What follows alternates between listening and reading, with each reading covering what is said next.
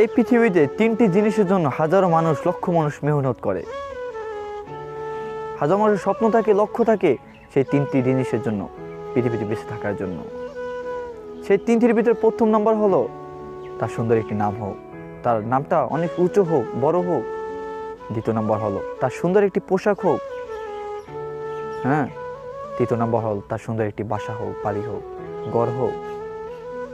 ঠিক তেমনি সে মৃত্যুবরণ করার পর, মারা যাওয়ার পর এই তিনটি পাল্টিয়ে যায়। দেখেন, প্রথম নাম্বার কি বললাম, তার সুন্দর একটি নাম হোক, উঁচু নাম হোক, তার নাম তখন হয়ে যায় মরহুম।